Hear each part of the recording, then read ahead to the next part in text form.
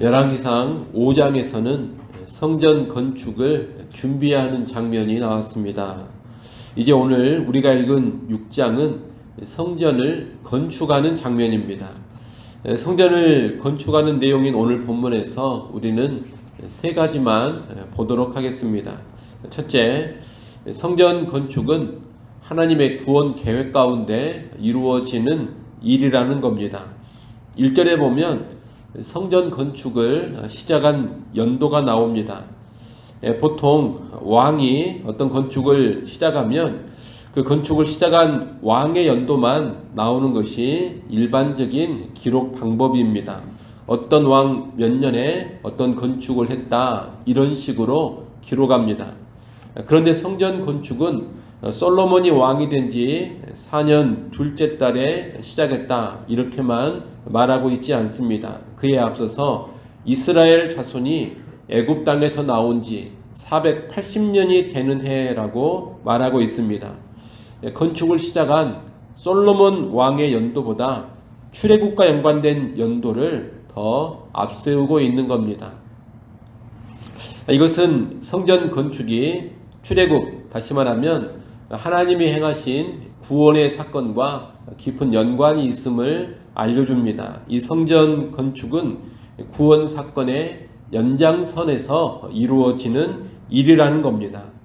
하나님은 애굽 땅에서 노예 생활을 하던 이스라엘 백성을 구원하신 후에 언약을 맺으셨고 이동식 처소인 성막을 짓도록 하셨습니다. 성막을 통해 구원하신 백성 가운데 임재하시고 그 백성과 만나 주신 겁니다. 그런데 이제 가나안 땅에 들어와 정착한 후에는 고정된 장소인 건물 성전을 짓게 하셨습니다. 이제 하나님은 이 성전을 통해 이스라엘 가운데 임재하시고 이스라엘 백성을 만나 주실 겁니다. 하나님의 임재의 장소가 구속 역사의 흐름에 따라서 성막에서 성전으로 바꾸어진 겁니다. 이제 더 나아가면 신약 시대에는 건물 성전이 아닌 예수님을 믿는 사람들, 곧 교회를 성전으로 삼아서 하나님께서 그 교회에 임재하시고 성도들과 교제하십니다. 하나님의 구원 계획 가운데 임재의 장소를 이동식 성막에서 고정된 건물 성전으로, 그리고 결국은 사람 성전으로 진전시켜 나가시는 겁니다. 하나님은 예수 그리스도의 십자가를 통해서 우리를 죄로부터 출애굽시켜 주시고 자유케 하셨습니다. 그리고 이제 예수 믿는 우리, 곧 교회를 성전으로 삼으시고 성전된 우리 안에 거하십니다. 그리고 성령의 역사로 사람 성전, 교회 성전을 지어가고 계시는 겁니다. 이 성전의 완성은 예수님께서 재림하시는 날에 이루어집니다. 그때까지 교회는 계속해서 지어져가는 성전인 것입니다. 우리는 하나님의 구원 계획 가운데 출애굽 직후의 성막이 가나안 정착 후에는 건물 성전으로, 그리고 예수님의 십자가 사역 후에는 사람 성전으로 발전되어 가는 이 흐름을 정확하게 알고 있어야 합니다. 구속 역사와 연관해서 이 사실을 제대로 모르면 지금도 건물을 성전으로 간주하는 오해에 빠지게 됩니다. 그리고 교회당 짓는 것을 성전 건축이라고 쉽게 생각하게 됩니다. 물론 오늘 우리가 예배당이라든가 교회당 건물 짓는 것은 정말로 귀한 일입니다. 그 일에 희생하고 헌신하는 것은 분명 하나님의 일에 드려지는 아름다운 모습입니다. 또 하나님께서 그 일에 헌신적으로 드려지는 성도들의 모습을 보시고 기뻐하시며 또 그 헌신과 희생을 갚아주시기도 할 겁니다. 그러므로 교회당 건축하는 일 자체를 우리가 부정적으로 봐서는 안 됩니다. 그것은 분명히 귀한 일이고 복된 일입니다. 하지만 그럼에도 불구하고 교회 건물 짓는 일을 성전 건축이라고 오도해서는 안 됩니다. 그것은 하나님의 사역을 감당하는 차원의 일이지 결코 성전 건축은 아닌 겁니다. 또 지어진 교회 건물을 우리가 성전이라고 불러서도 안 됩니다. 우리가 살아가는 이 신약 시대에는 예수님 믿는 사람들이 성전입니다. 그리고 이 성전은 계속해서 지어져 가고 있는 성전입니다. 그러므로 신약 시대의 성전 건축은 다른 것이 아닙니다. 우리가 속해 있는 이 교회 공동체가 더욱더 하나됨을 이루고 더욱더 거룩해져 가는 것입니다. 교회가 점점 더 하나되어 가고 점점 더 거룩해져 가는 것, 여러분, 이것이 신약 시대의 성전 건축입니다. 여러분은 성막에서 건물 성전으로 그리고 사람 성전으로 발전되어 가는 이 구속사의 흐름을 분명히 아시고 올바른 성전의 개념 그리고 올바른 성전 건축의 개념 가운데 신앙생활을 해갈 수 있기를 바랍니다. 둘째, 솔로몬 성전은 규모가 아닌 하나님의 임재와 영광에 초점이 맞추어져 있다는 겁니다. 2절에 보면 솔로몬이 지은 성전의 규모가 나옵니다. 규빗이라는 단어를 사용해서 설명을 하고 있는데 한 규빗은 대략 45에서 50cm입니다. 계산하기 편하기에 한 규빗을 50cm로 본다면 성전의 길이는 60규빗으로 30m이고 너비, 폭은 20규빗으로 10m입니다. 그리고 높이는 30규빗으로 15m입니다. 이런 성전의 전체적인 크기는 성막의 2배 정도입니다. 그리고 3절에 보면 성소 앞 주랑의 길이는 20규빗, 폭이 10규빗이라고 합니다. 10m 길이에 5m 폭의 주랑인데 이 주랑은 일종의 현관이다 이렇게 생각하시면 되겠습니다. 지붕과 기둥만 있는 구조물을 가리켜 주랑이라고 하는데 여기서 이 성전 건축과 연관된 주랑은 현관을 가리킵니다. 그런데 지금 이렇게 소개되고 있는 성전의 규모는 그 당시 다른 나라들의 신전이라든가 현대 건물들과 비교해서 상대적으로 작습니다. 구약시대 다른 나라의 신전이라든가 오늘날 커다란 교회당이 한번 비교해 보면 절대로 큰 크기가 아니라는 겁니다. 오히려 상당히 작은 크기의 건물입니다. 그런데 우리가 성경을 보면 하나님은 눈에 보이는 외적인 규모로 무언가 드러내고 과시하는 것을 그렇게 좋아하시지 않습니다. 하나님은 사람들이 하나님 자체의 영광, 하나님 자체의 위대함을 주목하고 바라보기를 원하십니다. 솔로몬이 지은 성전이 영광스러운 것은 그 규모가 거대해서가 아닙니다. 이 성전에 하나님께서 임재하시기 때문입니다. 규모가 크다고 하나님의 영광이 더 크게 되는 것도 아니고 규모가 작다고 해서 하나님의 영광이 더 축소되는 것도 아닙니다. 외적인 규모와 상관없이 하나님을 모신다는 그 자체로 성전은 얼마든지 위대하고 영광스러운 것입니다. 따라서 오늘날 우리가 혹시라도 예배당을 짓는다 하더라도 거대하고 화려하게 지으면 하나님이 더 영광을 받으시는 것처럼 생각을 하면 안 됩니다. 또는 우리 하나님이 크고 위대하신 분이기 때문에 그 하나님을 예배하는 건물도 그에 걸맞게 아주 거대하고 화려해야 한다, 그런 생각에 빠져서도 안 됩니다. 오히려 그런 생각은 성경에서 말하고 있는 성막의 건축이나 성전의 건축과 대단히 동떨어진 생각입니다. 교회 역시 거대한 규모의 교회가 되어야지만 하나님의 영광을 더 잘 드러낸다, 이렇게 생각을 하면 안 됩니다.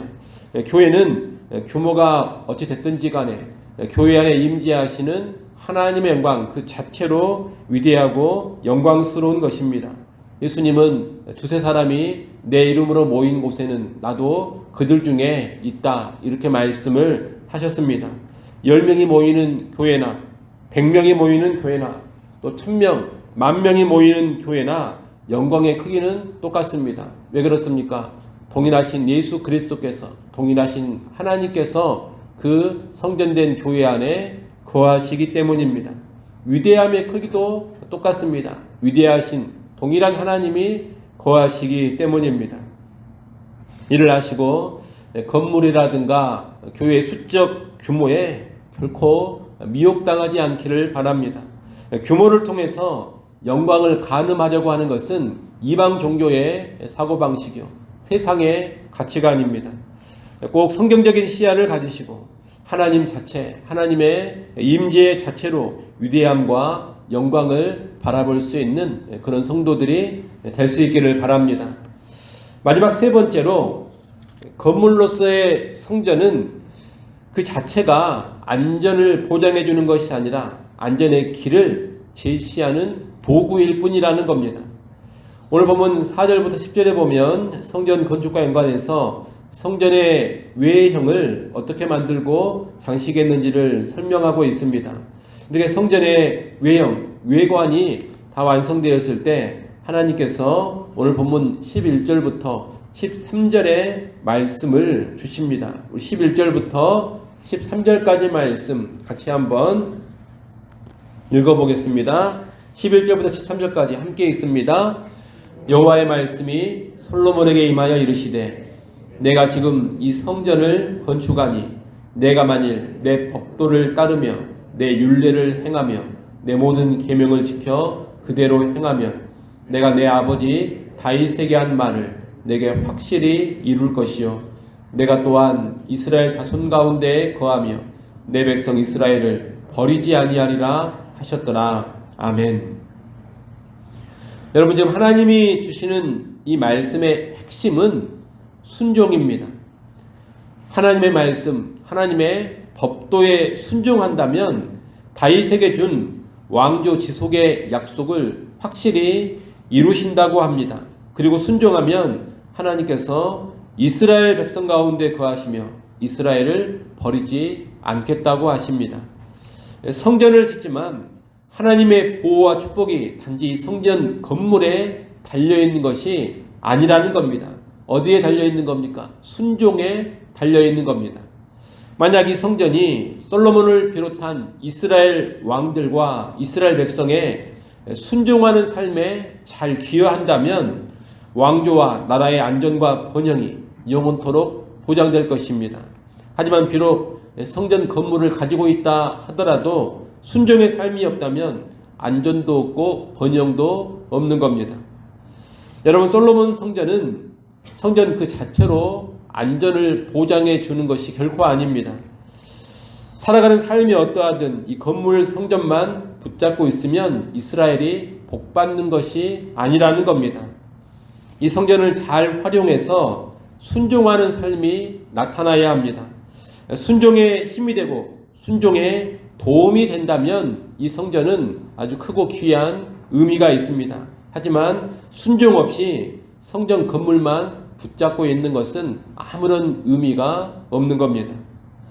이 하나님의 말씀은 오늘날 우리가 종교적인 외형과 종교적인 형식을 대함에 있어서 중요한 지침을 줍니다. 외적인 교회 건물을 비롯해서 모든 종교적인 예식과 형식은 그 자체로 안전과 축복을 보장해 주는 것이 결코 아닙니다.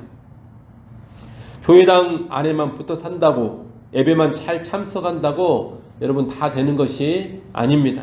그것이 우리 순종의 삶에 기여해야 의미가 있는 것이고 우리 순종의 삶을 촉진시켜야 의미가 있는 겁니다. 그럴 때 교회 건물도 의미가 있는 것이고 종교적인 외양과 형식과 제도도 다 의미가 있는 겁니다.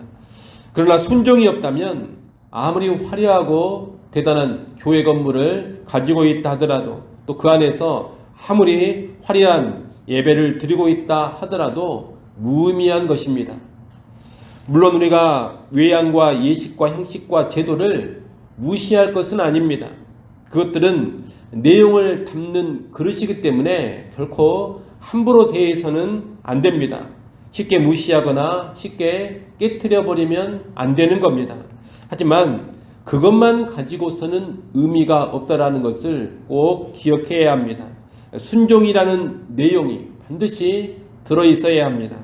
이를 잘 아시고 외양과 외형, 형식과 제도, 건물 자체에만 집착하지 마시고 순종이라는 내용, 순종이라는 열매를 결실하게 하는 그런 외적인 모든 것이 될 수 있기를 간절히 소원합니다. 기도하겠습니다. 하나님 아버지, 솔로몬의 성전 건축에 관한 말씀을 보았습니다. 성막에서 건물 성전을 지나 신약 시대인 지금은 예수 믿는 우리가 성전이라는 것을 잘 알고 신앙생활을 하게 하여 주옵소서. 교회가 성전임을 늘 기억하는 가운데 성전과 성전 건축에 관한 그릇된 생각에 빠지지 않게 하여 주시옵소서. 하나님 또한 외적인 규모가 아닌 하나님의 영광 그 자체에 집중하는 시야를 갖게 하여 주옵소서. 외적인 규모와 외적인 화려함에 미혹되는 것은 이방 종교의 모습이요 세상의 가치관임을 늘 기억하게 하시고 하나님 그 자체, 하나님의 영광과 하나님의 위대함 그 자체에 집중하는 영적 시야를 가지고 살아가게 하여 주시옵소서. 하나님 또한 간절히 바라고납니다. 건물이나 제도나 형식은 순종의 삶이 함께 있을 때에만 의미 있음을 꼭 기억하여 주시어서 오늘날 우리가 붙잡고 있는 모든 외적인 것들이 말씀에 순종하는 삶에 기여하게 하시고 말씀에 순종하는 삶을 촉진케 하여 주옵소서. 결코 외형만 붙잡고 있는 가식뿐인 신앙, 허울뿐인 신앙, 비어있는 신앙 되지 않게 하시고 순종이 있는 참되고 알찬 신앙의 삶 살아가게 하여 주시옵소서. 하나님도 이 시간 하나님께 나와 기도할 수 있게 해주셔서 감사합니다. 하나님께 엎드려 겸손히 구하게 하시고 주의 은혜를 간구하오니 아버지 하나님 때를 따라 돕는 은혜로 다시금 우리에게 충만하게 채워 주시옵소서. 하루의 체험을 주님과 함께합니다. 온종일 주님을 의식하며 살아계신 주님과 동행하는 한 날 되게 하여 주옵소서. 예수님의 이름으로 기도드리옵나이다. 아멘.